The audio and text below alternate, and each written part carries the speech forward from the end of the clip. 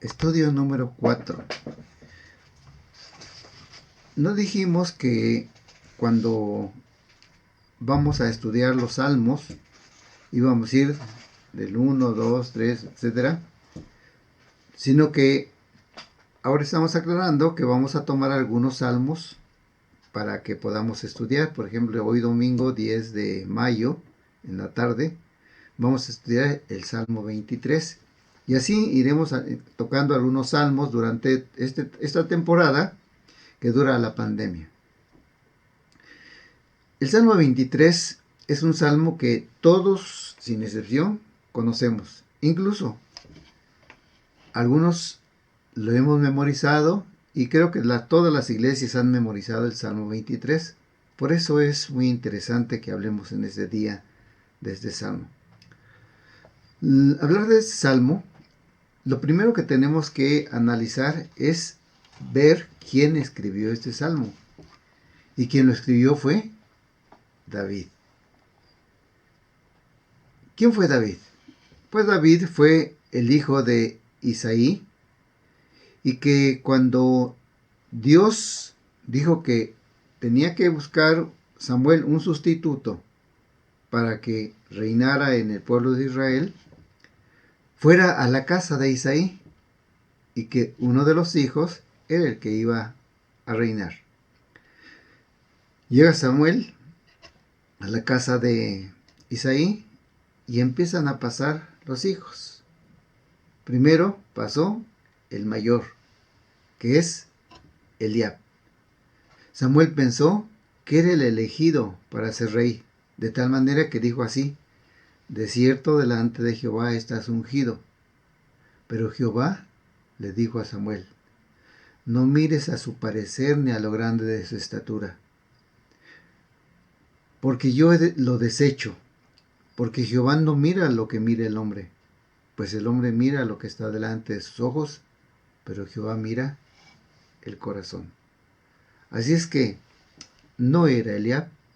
Luego pasó a Abinadab, luego pasó Sama, y así los 7 hijos de Isaí. Preguntó Samuel: ¿ya no hay otro hijo tuyo? Dijo: sí, pero es el menor, porque la costumbre en el oriente es que los hijos menores se encarguen de cuidar las ovejas allá en el campo. Dijo: mándalo traer. Cuando llega David, le dijo el Señor: Samuel, levántate y úngelo, porque este es el futuro rey. Esto siempre me recordó de David, que Dios lo trajo, y como dice la palabra, lo trajo detrás de la majada, para que siempre estuviera presente en su vida, que no lo sacó del palacio o de las personas ricas, no, lo trajo detrás de la majada. Y aquí hay una gran enseñanza, porque recordemos de dónde nos ha sacado Dios para ponernos como pastores, como ancianos, como diáconos, como dirigentes en las iglesias. ¿De dónde nos ha sacado Dios? Nos ha sacado de la pobreza, de la ignorancia y de tantas cosas negativas que hay en la vida de muchos hombres. Pero Dios es misericordioso. A David lo sacó detrás de la majada.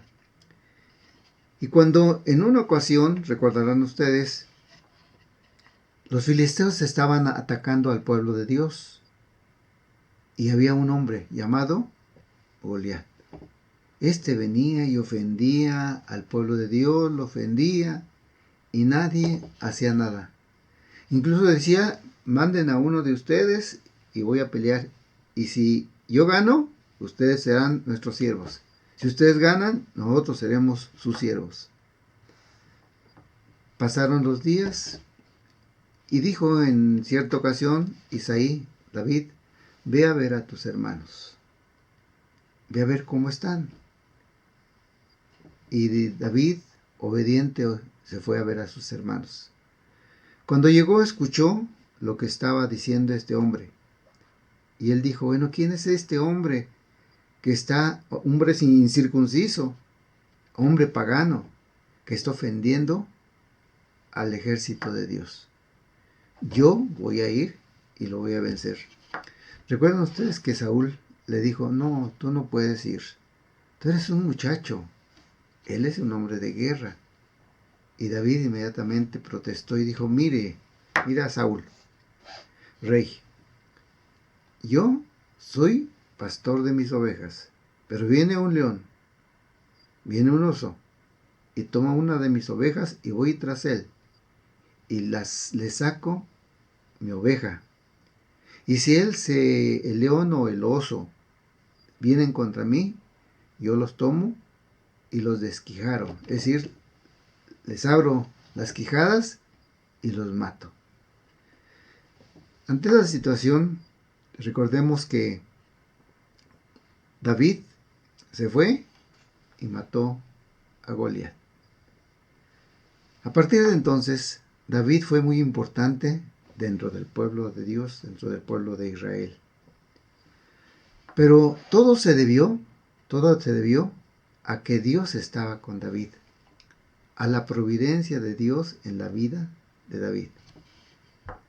Por eso nosotros en este salmo, por lo menos hay muchos predicadores sin duda que han hablado sobre este salmo y muchos mensajes se han presentado, a veces nada más de un versículo o de todo el salmo. Permítanme, hermanos, que en esta tarde estudiemos este salmo 23 con este tema, el cuidado providencial de Dios. Pero lo primero que tenemos que pensar es ¿qué es la providencia de Dios?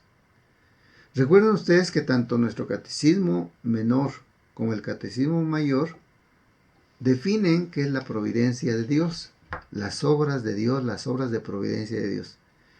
¿Y qué son las obras de providencia de Dios? Bueno, las obras de providencia de Dios son aquellas con que santa, sabia y poderosamente preserva y gobierna a todas sus criaturas y todas las acciones de éstas. Nada pasa ante los ojos de Dios, nada sucede que no lo sepa Él, que no esté previsto por Él. Entonces, si hablamos en estos días de lo que está pasando en México y que se va a extender hasta junio, dicen algunos, bueno, sabemos que nada sucede en el mundo que no lo gobierne Dios. Y qué bueno que pensemos, hermanos, como reformados, como presbiterianos, en la soberanía de Dios. Pero vayamos al Salmo. El Salmo contiene 4 cosas que vamos a ver en este día. Primero, hablando de el cuidado providencial de Dios, hablemos del refrigerio que Dios prodiga. 2, de la dirección que nos fija Él. Tercero, la protección que nos brinda. Y cuarto, la abundancia que promete darnos. Entonces vayamos por partes. En primer lugar, hablemos del refrigerio que Dios prodiga. Ya dijo David, Jehová es mi pastor, nada me faltará. Pero vamos al versículo 2. Cuando habla de pastos, no se refiere a alimento, sino se refiere a un refrigerio, a un lugar de descanso. Y quizá sabía David que las ovejas necesitaban descansar, porque andaban en el camino, andaban en el vallado, andaban en el sol y tenían que descansar. Entonces David sabía perfectamente eso como pastor. En consecuencia, eso podemos aplicarlo a nuestra vida, porque recordemos que en la palabra de Dios se presenta a Dios como pastor, a Cristo como pastor. Entonces, si alguien está cansado, ¿y cansado de qué? Bueno, hay gente que está cansada de la vida. Yo he escuchado a algunos ancianitos que tienen 80, 90 años y dicen, ya estoy cansado de la vida. Ya no quiero vivir. Ya que Dios me lleve. Bueno, algunos piensan así. Los cristianos pensamos que vamos a ir con Él cuando Él quiera. Pero quizá algunos están cansados de la vida. Algunos están cansados de problemas. Porque en el trabajo, en la oficina, en el taller, en la escuela, donde quiera, hay problemas y están cansados de esos problemas en el trabajo. Algunos están cansados de enfermedades y más cuando los médicos han dicho que las enfermedades son terminales. De un cáncer, por ejemplo. Está cansada la gente. Y entonces el Señor nos brinda ese descanso. Por ejemplo, ¿qué dice el Evangelio según San Mateo? Venid a mí todos los que estáis trabajados y cargados, que yo os haré descansar. Mateo 11:28. Cuando habla de aguas de reposo, sigue la misma idea, porque las ovejas le tienen miedo a las aguas corrientes. Pero David, como pastor, sabía que ellas prefieren estar donde hay aguas tranquilas. Y pensemos, cuando los apóstoles estaban en el mar se levantó con todas sus olas y ellos tuvieron temor. Pero el Señor llegó y aquietó esas olas del mar. ¿Qué dijo el Señor? Calla, enmudece. Y se aquietó todo. Nosotros, de la misma manera, a veces estamos intranquilos, tenemos temor, tenemos a veces sinsabores, pero el Señor está allí para tranquilizarnos. Por eso nos lleva a aguas de reposo. Y cuando dice confortará mi alma, nos habla de restaurar, de avivar. Nuestra alma podrá estar tranquila confiando en las promesas de Dios. ¿Cuántas promesas hay de Dios? No podemos exigirle a Dios las promesas, como algunos dicen. Exígele a Dios las promesas, dile que cumpla Dios sus promesas. ¿Quiénes somos nosotros para exigir las promesas a Dios? No. Dios nos ha dado su promesa, pero para que con humildad le pidamos, Señor, si es tu voluntad, que esta promesa se cumpla en mi vida, para que nuestra alma esté confortada. En segundo lugar, vemos la dirección que nos fija Dios. Versículo 3, cuando dice, me guiará por sendas de justicia. Nos habla de los caminos dirigidos por Dios y agradables a Él. Es verdad que si nosotros hacemos lo que el Señor Jesucristo dijo continuamente y en la oración que enseñó a sus discípulos, no nos dejes caer en tentación.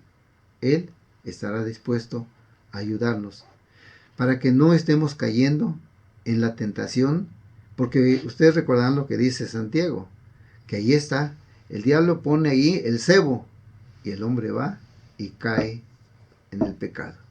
Entonces el Señor nos está invitando para que Él sea nuestro guía. Nos está diciendo que Él lo quiere hacer. Vamos entonces a decirle, Señor, sí, yo quiero que tú seas mi guía. Pero cuando dice, por amor de su nombre, habla de sus perfecciones, de sus atributos. ¿Y cuál es el mayor atributo de Dios? Pues el mayor atributo de Dios es su amor. Después de todo, ¿qué dice San Juan? Dios es amor. En tercer lugar, nos habla de la protección que nos brinda. Cuando dice, aunque ande en valle de sombra de muerte, no temeré mal alguno. Aunque ande en valle de sombra de muerte. El Señor nos habla para que pensemos que en las horas más oscuras de nuestra vida, en las pruebas más duras por las que pasemos, de un ser querido que se murió, de un familiar que está muy enfermo, pues en esos momentos el Señor nos dice, aunque ande en valle de sombra de muerte, no temeré. Algunos pues estamos ya pasando por enfermedades continuas, yo mismo en estos momentos soy enfermo, pero Dios está con nosotros y además de gripa y de molestias en el pecho, diabetes, hipertensión, neuropatía diabética. Y ya no hablo de más enfermedad, porque alguno dirá, bueno, ¿y entonces de qué está sano? Si de todo está enfermo. Bueno, pero pues así Dios nos tiene en estos días. Y sin embargo, pues seguimos adelante en la obra de Dios. Cuando habla de tu vara y tu cayado me infundirán aliento, nos habla del oficio pastoril que lo sabía perfectamente David, porque Dios nos dirige, nos gobierna, nos protege. Y cuando nos estamos desviando, nos jala. Cuando estamos caídos, con su cayado, nos levanta, para que no permanezcamos toda la vida caídos. En cuarto lugar, este salmo nos habla de la abundancia que Dios promete darnos. Cuando dice, mesa delante, Dios nos está diciendo que nunca nos faltará. Aunque andemos en caminos malos, Dios nos va a sacar y nos va a enderezar para que andemos en caminos buenos, como a Él le agrada. Y cuando andemos como a Él le agrada, nunca nos va a dejar. Pero es necesario que suceda eso, que andemos en los caminos que a Él le agrada, que hagamos su voluntad y Él nos va a dar alimentos. Acuérdense de Elías. ¿Qué pasó con Elías? Dios lo mandó a un lugar y llegando a ese lugar, bueno, quizá pensó, bueno, ¿y qué voy a comer? Los cuervos le llevaron pan y carne. Y así sucede muchas veces, siempre y cuando andemos en los caminos de Dios y le pidamos con humildad, danos el pan de cada día. Cuando habla de unges mi cabeza con aceite, nos habla de regocijo, pero también nos habla de la unción del Espíritu Santo en nuestras vidas, ya que los cristianos cuando recibimos a Cristo y creímos en Él, fuimos sellados con el Espíritu Santo de la promesa. No hay dos manifestaciones del Espíritu Santo en nuestra vida, es una sola, porque Dios no da su Espíritu por medida, sino que cuando nosotros creemos en ese momento y recibimos a Cristo, en ese momento el Espíritu Santo nos sella, tal como dice el apóstol San Pablo. Y cuando dice, mi copa está rebosando, representa la abundancia de la cual el Señor nos va a proveer. Y la verdad es esta, hermanos. Ustedes tienen el testimonio. Cuando menos han tenido, como dice el dicho, hasta pollo han comido. Y lo mismo sucede en nuestra vida.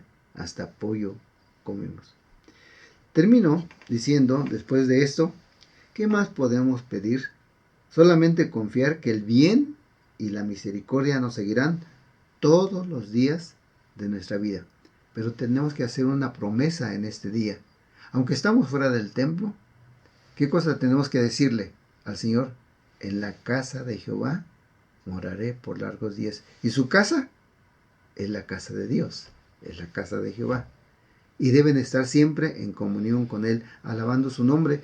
Y cuando regresemos al templo, no sé, junio, julio, no sé, entonces seguiremos alabando el nombre de Dios y que no falten nunca a la casa de Dios. Hagan esa promesa. En la casa de Jehová moraré por largos días. Y que Dios los bendiga, amados hermanos.